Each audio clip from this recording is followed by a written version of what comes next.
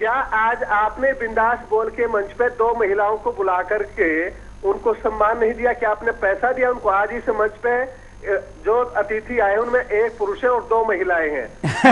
बिंदास बोल भी एक महिलाओं को बिना पैसे दिए उनको सम्मान कर सकता है क्या? नहीं, देखिए, हम एक फेयर डिस्कशन चाहते हैं, हम एक निष्पक्ष मंच के तौर पर आपके सामने इस मुद्दे को लेकर आना चाहते हैं। ये मुद्दा केवल सरकार के लिए नहीं है, किसी टीवी चैनल के 1 घंटे का प्रोग्राम का विषय भले ही हमने यहाँ पर लिया हो, लेकिन हमारे आने वाले लाखों साल जीने वाले इस देश के हमारे परिवार संस्था के लिए बड़ा महत्वपूर्ण मुद्दा है, इसलिए हम यहाँ पर लेकर आए। और समाज की दोनों विभिन्न क्षेत्रों में काम करने वाली महिलाएं यहाँ पर है, सामाजिक क्षेत्र में काम करने वाले नरेश जी है। आप करोड़ों की संख्या में इस कार्यक्रम को देख रहे हो और मुझे बड़ा खुशी लग रही है कि आज इतने ज्यादा कॉल है कि राजनैतिक मुद्दे पर जितने कॉल होते उससे भी ज्यादा कॉल है। और आज विशेष बात है कि फेसबुक पर भी प्रतिक्रिया देने वाले में यूथ, जो कि सबसे ज्यादा फेसबुक को यूज करता है, वो भी बहुत बड़ी मात्रा पर आज प्रतिक्रिया दे रहा है। तो खुशी की बात है। इसका मतलब इस मंथन में समाज का बड़ा वर्ग सम्मिलित हो रहा है। कुछ और कॉल से बात करते हैं, सुनते हो क्या कहना चाहते हैं।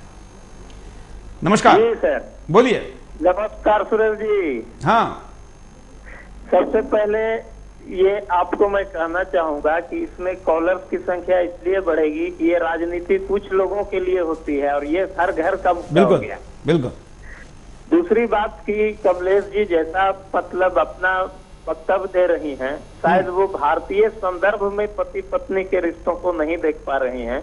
हम पश्चिम सभ्यता की तरह इसको बिजनेस पार्टनर या लाइफ पार्टनर नहीं कह के, हमारे यहाँ हिंदुस्तान में इसको एक धार्मिक संस्कार माना जाता है, एक सिस्टम है और विवाह में समर्पण होता है। वहाँ जहाँ अधिकार की बात होगी तो मैं समझता हूँ कि समर्पण समाप्त हो जाएगा और एक दूसरे के लिए जो इमोशनल रिलेशनशिप डेवलप होता है वो कहीं नहीं रहेगा, बल्कि बिजनेस में अपना अपना घाटा और फायदा देखा जाएगा।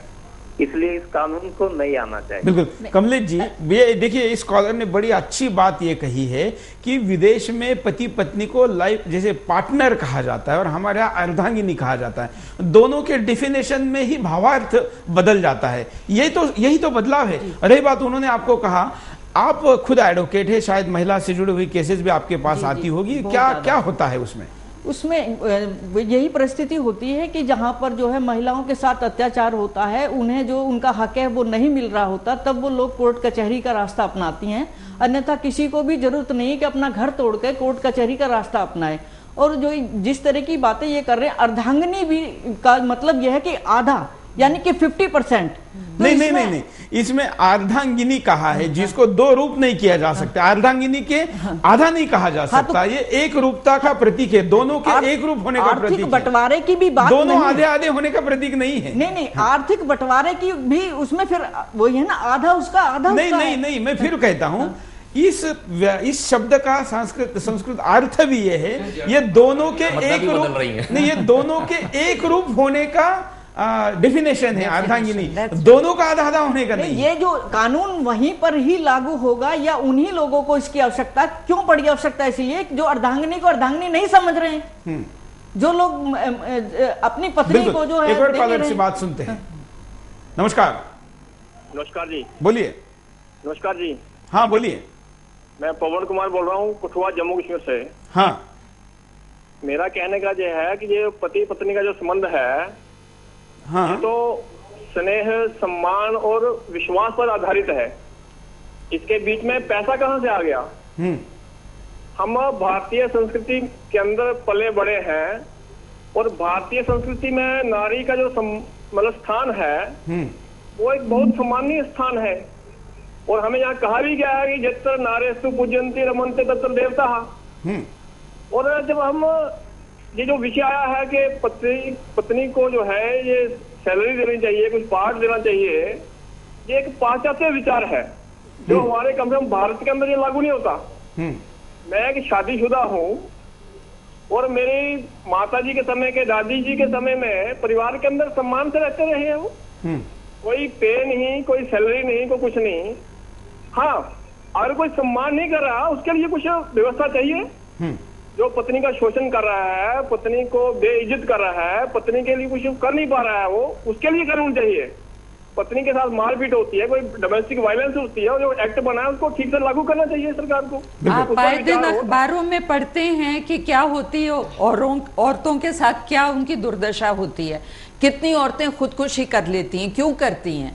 अगर औरत के पास थोड़ा सा पैसा हो तो वो शायद खुदकुशी नहीं करेगी, वो बिल्कुल निराश हो जाती है जिंदगी में। और मुझे नहीं समझ में आता कि आप लोग पैसे को क्यों इतना घसीट रहे हैं। आपके लिए पैसा इतना महत्वपूर्ण क्यों है? जब आप लाके देते तनख्वाह औरत को, उसमें से वो 20% अपने लिए रख ले तो आपको क्या प्रॉब्लम है? सडनली आज औरत इतनी बड़ी देवी हो जाती है, उसका इतना आदर होता है। कहाँ होता है आदर? आप देखिए सड़कों पे क्या होता है। आप अपनी बच्ची को 7 बजे के बाद अंधेरे में नहीं भेज सकते। कॉलर कुछ कहना है, बोलिए बोलिए। ये अमेरिका और यूरोप के अंदर हो सकता है, लेकिन भारत में ये चीज लागू नहीं हो सकती।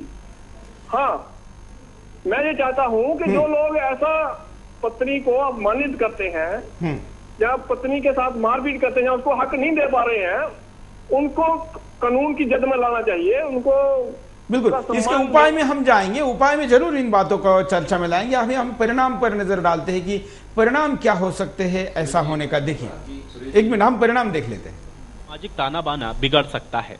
जब रिश्तों पर पैसे की कानूनी बाध्यता होगी तो इससे रिश्ते में दरार आ सकती है। इसीलिए इस कानून को लागू करने से पहले समाज के रीति रिवाजों को भी ध्यान में रखा जाए। परिवार चलाने में दिक्कत आ सकती है।